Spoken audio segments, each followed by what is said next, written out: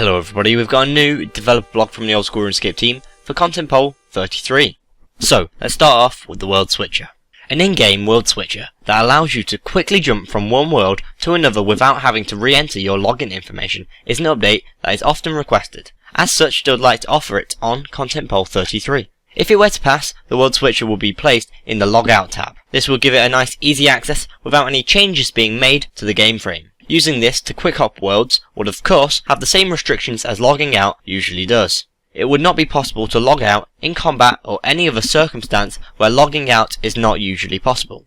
So, they'll be polling the question, should they add a world switcher to the logout tab that can be used to quickly hop from one world to another without having to re-enter login information? Personally, I think that'll be a really nice update. Next, the Duel Arena changes. They recently borrowed Mod Maz, a RuneScape 3 developer who has been developing content since 2005, to temporarily become one of the old school team and to help out with a few projects while they look for a new, permanent content developer.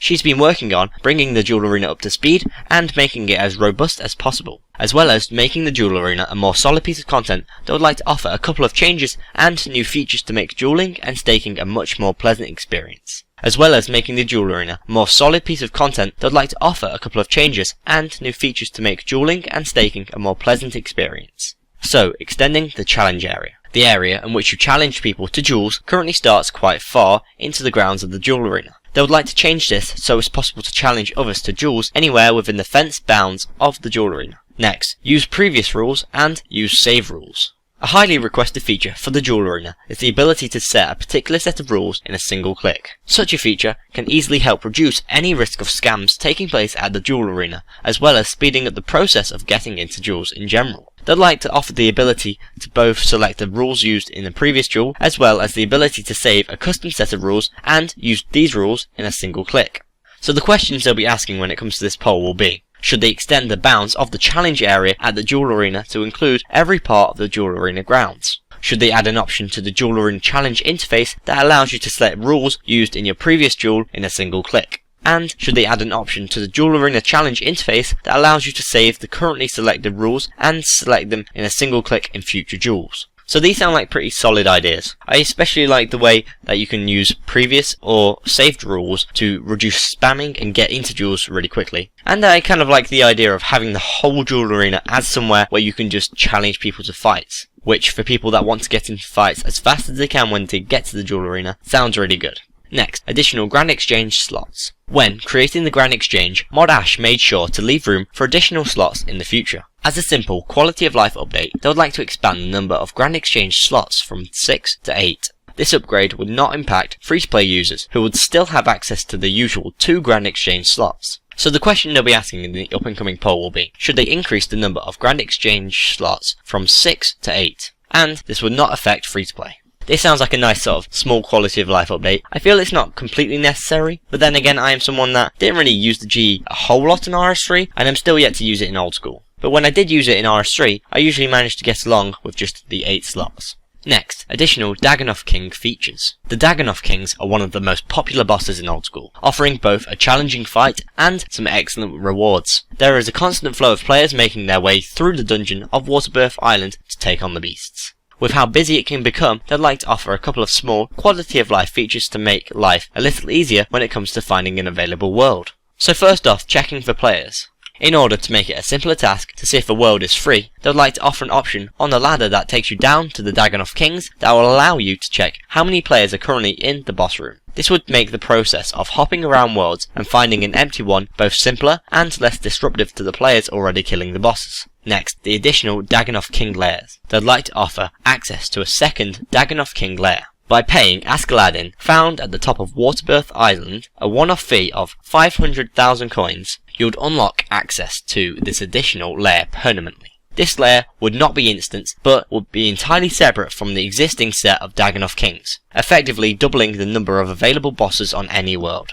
So the questions they'll be asking in this up-and-coming poll will be, should an option be added to the ladder leading into the Dagonnoth King's lair that allows you to check how many players are currently in the boss room? And should they add an additional Dagonnoth King's lair that can be unlocked by paying Askeladdin, found at the top of Waterbirth Island, 500,000 coins? So the Dagonnoth King related questions will be, should an option be added to the ladder leading into the Dagonnoth King's lair that allows you to check how many players are currently in the boss room? And should they add an additional Dagonnoth King lair that can be unlocked by paying Ask Aladdin, found at the top of Waterbirth Island, 500,000 coins? I like the fact that they're trying to tackle the fact that all these bosses are getting very busy. I think having a way of checking how many players are in the current boss room is a nice idea. It sort of stops you going in, having to see who's there, and maybe get attacked by the bosses. And it also makes finding that boss a lot faster. I'm a little unsure about adding an additional Dagonnoth King lair. However, I like the fact they're charging a decent amount of money for it, even if it is just a one-off fee. I suppose most people that do kill Dagonnoth Kings have at least 500,000 coins, so I assume most people would just get that anyway. However, I suppose that second lair would be very useful. Next, the Ring of the Gods Eye. The Ring of the Gods is the signature drop of Vetion, one of the Wilderness bosses released with the Wilderness Rejuvenation project. It currently provides stats of +1 to all defense stats and +3 prayer bonus. While this is useful in a few places, the usefulness of this ring is not always considered to be representative of how difficult it is to obtain. They would like to offer an imbue to the ring to make it more appealing to use. The imbue would have the following effects and will require Nightmare Zone points and a Holy Wrench to unlock. The prayer bonus of the ring will be increased to +4. The imbued ring provides the same effects as the Holy Wrench, increasing the prayer restored by prayer potions, super restore potions, and Sanfu serum. They feel that this imbue effect will add a reasonable amount of value to the ring while still keeping it well balanced. It also gives some additional value to the Holy Wrench, which is often less than useful than simply bringing along an extra potion. So the question you'll be asking will be, should they allow the Ring of the Gods to be imbued, giving an additional +1 prayer bonus as well as the passive effect of the Holy Wrench? This will be purchasable from Nightmare Zone and will require a Holy Wrench in your inventory. So obviously, since the other rings from the Wilderness bosses can be imbued, they want some kind of imbue for the Ring of the Gods to try and increase the amount of people killing Vetion. Personally, I quite like this idea. There's a small prayer bonus being added to the ring, and it'll also give you the powers of the Holy Wrench, which people don't really use. Next, multiple clue scroll changes. Recently they made a change to clue scrolls to prevent players dropping lower tier clue scrolls in order to reduce the number of steps required to complete an elite clue scroll. While this has worked, and this is no longer possible, it has also had the impact of sometimes extending the lower tiered clue scrolls to the number of steps that an elite clue scroll might have. They'd like to get rid of this problem completely by allowing players to have one clue scroll of each tier rather than restricting them to simply one clue scroll. This would mean that you could have an easy, medium, hard, and elite clue scroll at the same time, but never two of the same difficulty. This change will prevent the different lengths of clues from interfering with each other, while also serving as quite a nice quality of life update for clue scrolls in general. So the question they'll be asking will be, should the limitation on how many clue scrolls you can own be changed from one clue scroll to one clue scroll of each tier? This would ensure that all clue scrolls have the correct number of steps.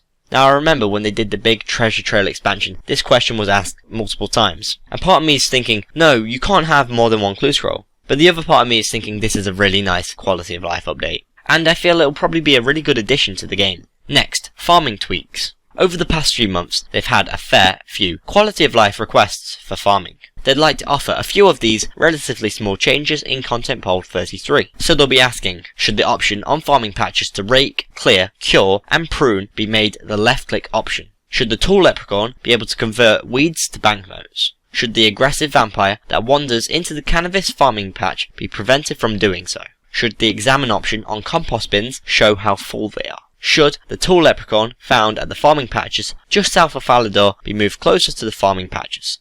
Now these all sound like nice quality of life updates. I'm not entirely sure who's banking weeds, or who's struggling to get to the Tool Leprechaun in the South Falador farming patch, but if people want to get that, I have no real objection against that. Next, all the other questions. Should they remove the 200 defense experience given for mounting the Calphite Queen and King Black Dragon heads in player-owned houses? Now I don't really think that they should be removing defense XP from anywhere. This is an update aimed specifically for pures. Sure, if they've managed to kill the Calphite Queen and the King Black Dragon to get a head, well done to them. However, the game rewards you with 200 defense experience for mounting these heads, and because you've chosen to play without getting defense experience, that means you shouldn't be mounting these heads. So I don't really think that's a good idea.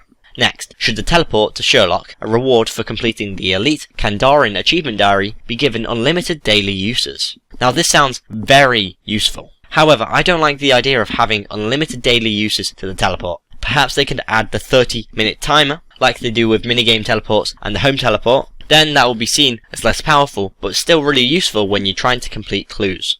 Should a right click option to open the holiday items interface be added to Diango? Now I like that idea, I kind of dislike the amount of text you have to go through to get your holiday items. Next, should a right click pay option be added to the Blast Furnace Foreman? Now I don't really know how many people go to the Blast Furnace before they're level 60 smithing. However, when I was around 50, 60, I did a little bit, and I found it really annoying to go through all his dialogue, so I think a pay option would be really nice. Next, should a repair option be added to Bob in Lumbridge? Now I don't really go to him that often, however I know that if I had Bando's armor or something that would damage a lot more frequently, then I would have to go to him to get it repaired. However, there are a few other places you can get it repaired. For example, I believe you can do it on armor stands in player-owned houses. Next, should a bank deposit box be added to the bank in Nardar? Now I don't really know why they want to add that, however, seeing as there's a bank there anyway, I don't really have any objections with adding a bank deposit box, unless there is something that people can really profit from in that area.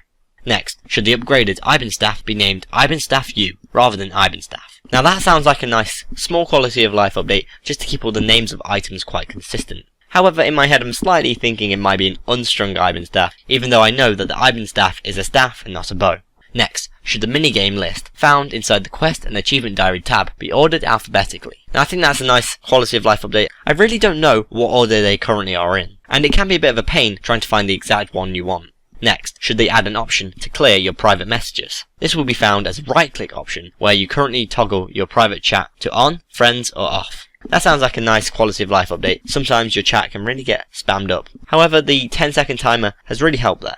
And finally, should the Karamja Gloves 4, received after completing the Karamja Elite Achievement Diary, be able to teleport you to Doradale? Now that'll be a really nice update for people that love Slayer, and I think it'll be quite a nice idea, because after completing the Karamja Elite Achievement Diary, you've proved yourself worthy to get a really nice reward, and that reward would just be really nice to have.